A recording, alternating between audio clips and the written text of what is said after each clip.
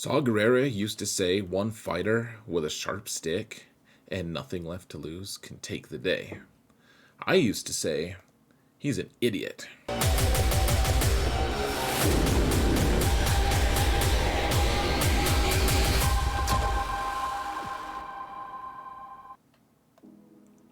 Hello everyone, and welcome to another episode of Xerath Prevails. We're going to talk about 5v5 core teams for GAC, and we're going to talk about offense this time. I'm going to be doing a defense video as well, trying to keep these under 20 minutes if I can, folks, just because I want to respect your guys' time and everything. And I don't know what the release date of this one versus the defense one. I'll probably put them out the same day, though I'm not sure what the spacing is. Probably 2 or 3 hours worth or so. That being said, they'll be linked in the video description to each other as well, so you guys can go see them. Of course, if you watch this immediately, that link is not going to work for 2 or 3 hours. So there's going to be a lot of comments on it anyways. People are going to question, and it'll be fun. We can all chuckle at the people who don't actually listen to the video, they just watch it. So that being said, folks, we can talk about offense here. It's been 3 months since we made the last video, and things have definitely changed. Some things are very similar. Oh, and no, this isn't clickbait. I really do like Jen Urso, and I like that quote, and that's why she's on the thumbnail. She's not actually on this video, so I wasn't trying to clickbait you guys. I hope you guys don't take it that way, but if you do, I guess maybe I've earned it. I'm not a big clickbait guy, folks. Words are tough sometimes. But that being said, trying to move quickly, and that's not working. We're already 2 minutes in, so let's jump in, folks. Mount the algorithm for me, please. Thumbs up button and comments, blah blah blah. Whoa, we're in the game and we're wasting time. Madness. All right, first offensive team, guys, and it's almost the quintessential offense team, is Bad Batch. You need them to be fast on Echo. They're going to take out a lot of teams. If Echo can go first, and you don't have to face anything too crazy. I mean, you can if they have Nest on the team. That's not a deal breaker necessarily. What you need is a team that you're going to face where you can debuff them and then you can stun them all before they get to go. And so it's all about turn meter and everything. You guys will have to watch my Faction Essentials video on Bad Batch if you want to see how that all works. And you just want a fast Echo. He's one of the fastest characters in the game. And then keep in mind, folks, there's a good reason to keep Omega. A lot of people say you should just take 4 characters. Only 4 Bad Batch. It makes way more sense to only take 4. Omega's crap, and she's not worth her gear. Here's the thing. She does a lot of cool stuff, including all the percent damage that she does when she assists people. So she doesn't actually need to be super high relic to be able to be good. But as the 5th member, she's also going to give Wrecker those 2 last stacks for Furious. That means he's going to pre-taunt, and he's going to be able to do a 2-turn stun when he finally takes a turn.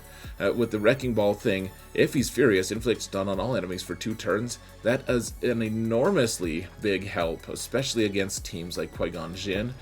With Anakin, to be able to 2-turn stun Anakin. Not that people put that team on defense too much anymore, but it can cause issues still. So definitely take Bad Batch on offense in general, but this team isn't rigid. Like, none of the teams here, guys, that I'm suggesting is that you don't have to take these teams exactly as I'm prescribing them. For instance, I just recently took Omega out and put Shak Ti in just to be able to beat a Mon Mothma team for the turn meter gain.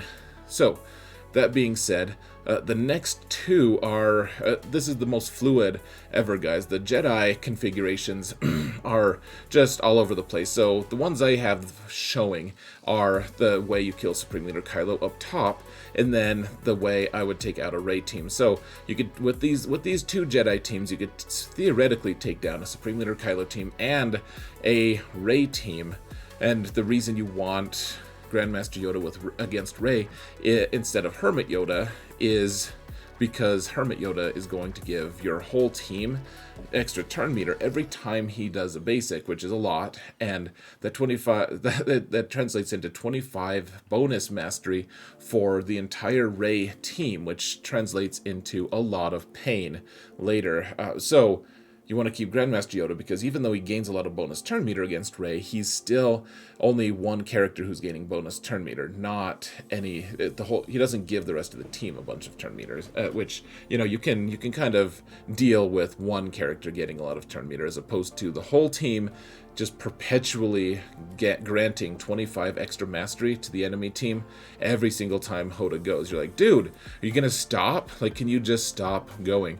That being said, this is a really good configuration. That's not the only version I use, though. I, a lot of times, will use Jedi Revan on a Jedi Master Luke team, depending on what I have to counter, if it's a Galactic Legend or not. Sometimes you can go undersize, sometimes you can't. Obviously, you guys will have to just watch my GAC videos if you want to see how I use all of these. But these are two very common versions of the teams, I should say.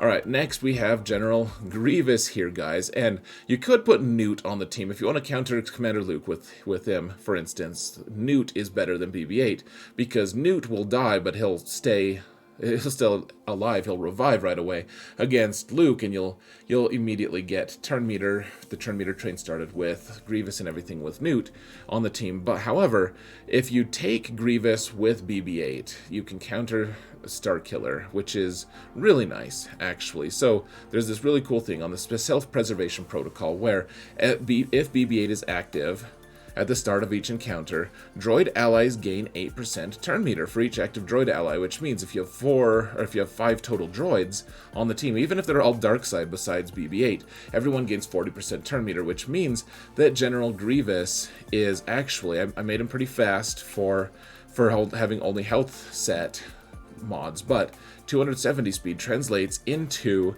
450 starting speed for Grievous, which is pretty dang quick. One thing to keep in mind, for a little bit, you guys saw I had 270 on Grievous. I actually made my B1 slower with the hopes that Grievous would go first. That was folly, because I'll show you why.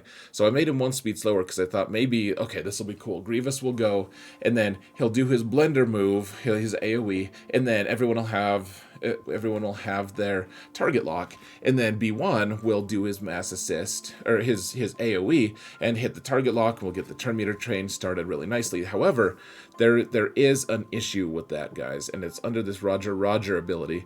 And after I tried it a couple times, I was like, oh, here's what it is. So whenever another droid ally uses a special ability, B1 gains 15% turn meter.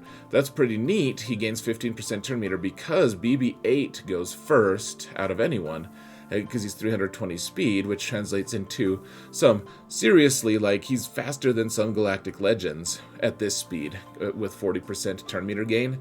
It's seriously crazy. But he'll go first. He does his covert data transfer move. I didn't know that was called that, but he does that, and then B1 gets his turn meter, and it offsets it. So don't necessarily try to get... I'd have to make B1 significantly slower than General Grievous in order to make that work. So this team does so much work, guys. It seems like you're not going to get good banners because Grievous hurts his own guys, but just keep in mind, he does hurt BB-8 and you can't heal him, but then B1 can heal B2 and Magna Guard, and B1, even though he gets hurt, unless he's dead, you get full health and protection on him, and Grievous usually stays at full health and protection as well, if it's something you're countering. So you're only going to drop a couple banners from B1, or from B2 and Magna Guard, and of course BB-8 will sometimes die, or sometimes he'll do Illuminated Destiny and mend all pain. Alright, so next we have Sith Eternal here, and he usually likes to have a babysitter. Sometimes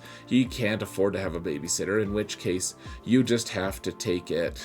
His leadership actually can give you the ability to kind of survive the onslaught of a really strong team, because whenever someone dies on his team, whenever a Sith ally, so you just throw a bunch of like worthless Sith with him, whenever a Sith ally is defeated, dispel all the debuffs on all other Sith allies, and they recover all their health and protection, so they can't be revived, but you can kind of use them as like temporary like battery packs, and you're just like, oh, okay, cool, you killed me.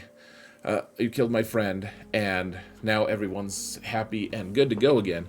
Which means if he gets debuffed, if he gets like ability blocked or something, then he immediately gets rid of that ability block, and he can use his link and everything. So you could even throw in, if you're facing like Jedi Master Luke, but you don't have one of his babysitters available, you could do something like Jedi Master Luke goes and he does his AoE. If you put a weak enough Sith in to die from that, then that Sith will die, and he'll dispel that debuff on everyone, and then you can get the link on Jedi Master Luke, and it's kind of game over once that happens. But if you're just perpetually ability blocked, that match is going to be a lot harder. Next is Wampa. Keep in mind that Wampa is an offense-only character if you put his Omicron on, and if you don't have his Omicron, then don't even pay attention to this because it doesn't apply to you. Wampa except for maybe preparing for it on defense. Wampa can kill Sith Eternal teams, some of them. However, don't mess with Sith Eternal teams with Malak with him. I've seen a couple attempts, and it's really humorous, actually. Malak is like, I don't care how much health you have, give me all of it. So, Wampa, he can kill Sith Eternal, for sure. In some circumstances, don't expect me to see me do it. Much more common is going to be taking out Iden Versio teams or killing Mon Mothma teams. The most likely thing on my account for 9.4 million GP is going to be that he sits on the bench until I need a cleanup, which he's great at. But if you want to counter Iden Versio teams, you need a lot of tenacity. And I don't mean like 80 tenacity, guys. You need a lot. You need 170. You need to be all in on tenacity. 170%. You probably don't need quite this much, but you do need to beat Iden Versio's potency because people are starting to mod her with a ton of potency so that she and her initial barrage get that stun off. And if that happens, then Wampa is just sitting there languishing in stun while all of Iden Versio's team just goes berserk on him. He can't even hit back because he is stunned, and so the Iden team just destroys him. You need that tenacity. If you force them to not be able to stun you, then you have a good chance of winning. Of course, you want good relics. You want as much health as you can on Wampa on top of all of that, but tenacity is going to be key for that matchup. And keep in mind, Mon Mothma teams at higher relics will destroy Wampa over time because Kyle Katarn will ramp their damage up in a couple different ways, and they'll eventually take you out. Even though I know he has his cool Wamp ability to be able to do 100% extra or offense against rebel targets, etc., he just doesn't quite have enough. And that's against high relic Mon Mothma teams. The lower ones you could probably take pretty easily. It seems like it would be a lock to do that, but I wouldn't. If they're relic, I would say if they're higher than relic 5, I wouldn't want to take my Wampa against it. He's a good cleanup character. In general, I don't expect to use him every match. If I could use him on offense as a primary attack, though, 68 is pretty nice to get, folks. Now, next is Starkiller. You can kill 4 different galactic legends with this team, and keep in mind that Sith Eternal is the Emperor Palpatine is going to be limited if you're facing someone who has Malak on their team. So if people put Malak on a Rey team, if people put Malak on a Sith Eternal team, you can still maybe win. I've seen it happen. I've seen people make it work, but you might have to work a little harder because he doesn't gain bonus turn meter if Malak is on the team that he's facing. And so this team is pretty good, though. You just have to be careful, guys. One of the things I'm going to be doing is adding his second Omicron. So he needs his unique, of course, but then this one is the one I didn't really want to add. This is the one I thought was kind of worthless. But the thing is, once he's unleashed, he does buff immunity and healing immunity. The awesome thing is, he does that, and then it's not dispellable. So against Jedi training Rey on Rey teams, like you'll kill a Rey team really easily, and then Jedi Training Rey will time you out because she's gained so much mastery that no one but Starkiller can hit her, and therefore she is just, people just swing and miss, except for Starkiller and his specials. His specials will make it so that he can kill her, relatively easily, or whatever, but only if she's not healing from all of the different whiffs that everyone's giving. So it does work. Starkiller's pretty nice against that team, but you really do want, you probably do need that Omega if you want to consistently beat Ray teams and not time out against them. Now, next is Darth Treya and company. You guys have all used this team a lot. This is the team you use to melt the guys with multiple attacks and everything. Against Iden Versio, you really want not only Barris, but you want a pre-taunt, guys. I've seen so many people walk in with confidence. They're like, man, I have way more relics than this Iden team. I have Barris. There's no way I lose. And then Iden's like, oh, really? Really? You think they're cool? You're not, actually. I kill you. I slay thee. And then she does. She just takes you out. And so you need that pre-taunt to kind of take the brunt of her initial barrage of damage. And then once you finish that, then... And you don't necessarily have to, it doesn't have to be Sith Empire Trooper. You just want some pre-taunt out there. Shore Trooper might work even. But you just want that, and then things will start turning in your favor.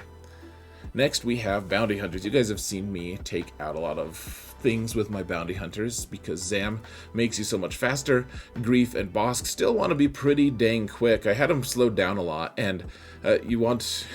Now that I'm facing some truly ridiculous rosters, because I'm ranked high enough in the leaderboards, they need a little extra speed. And so I have my Bosk at, like 335, something like that?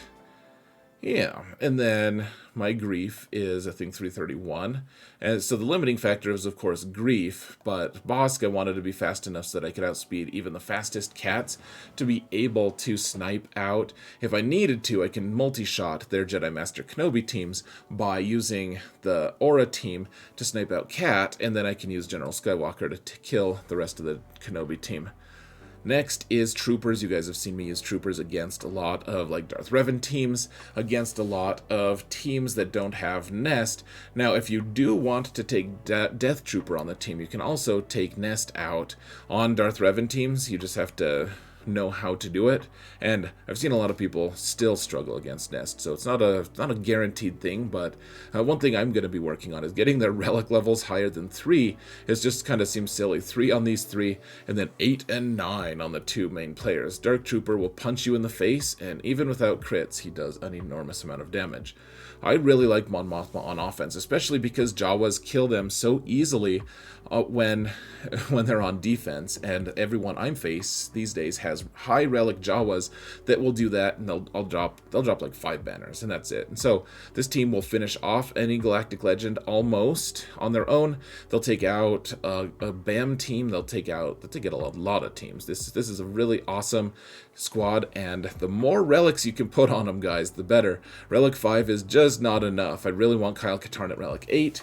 The rest of them I would love to get to Relic 7, though it's tough, guys. It's tough. With all the stat sharing Mon Mothma does, though, it becomes really gross. The higher relic levels, once you get everyone, even up to 6, this team just like it turns into an engine of destruction, guys. I really love this team, and I mean you can clean up Ray teams. I've killed Ray teams where Ray and 2 others are still alive, and I still managed to take them out with this squad. So, pretty cool stuff if you know how to do it, if you have them modded the right way. I have Faction Essentials if you don't know how to use them. We have the kind of filler offense teams here. Like Geos can work. You can use like Moff Gideon with the Geos to be able to take out BAM teams, I've heard. I haven't seen it that often, and I've seen some people fail with it, so I'm less quick to jump into wanting to do that. Then there's the Nice Sisters. They kill like Huxley First Order teams. They're kind of just, they'll kill your other filler teams like the Geos. They're really good if you want to split them off with Supreme Leader Kylo to use Daka and Zombie, etc. Now we have the Quigon team. Don't put Ezra on this team, guys. We have the prank Ezra thing up here. We're gonna see how many people say it in comments. Don't use Ezra because you want Jedi Knight Anakin here. Anakin really needs all Galactic Republic allies, and so you want Qui-Gon here. You can put Ki-Adi-Mundi on the team instead. I just see a lot of people putting Ezra on the team, and that doesn't work because it makes your whole team a lot worse.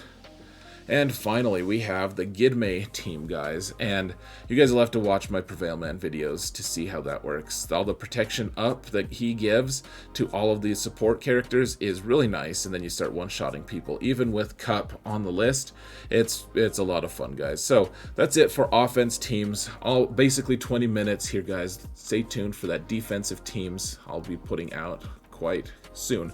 Thank you all so much for watching. And remember that in all things, Xerath prevails.